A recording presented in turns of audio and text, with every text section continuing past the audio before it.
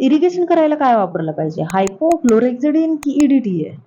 Route canal treatment पूर्ण केल्याच्या 3 ते 4 महिन्यानंतर त्या दातामध्ये परत पेन का होत? कॅल्शियम हायड्रॉक्साईड वॉटर बेस्ड वापरावं की ऑइल बेस्ड वापरावं? दाताला परफोरेशन होण्यापासून कसं वाचवायचं?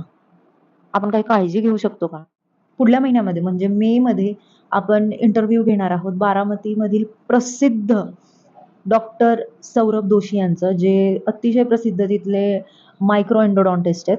त्यांना हे सगळे प्रश्न विचारणार आहोत आपण. फक्त त्यांना प्रश्नच नाही विचारणार आहोत, तर त्यांच्या क्लिनिकला भेट पण देणार आहे, की ज्यामुळे आपण बघणार आहेत, की मायक्रो रूट कॅनल स्पेशालिटी ही कशी वेगळी आहे.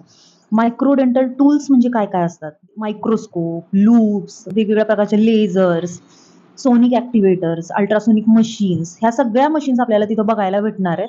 तर अशा प्रकारचे जे पण तुमचे प्रश्न असतील ते मला कमेंट करा, डीएम करा. I hope that will help.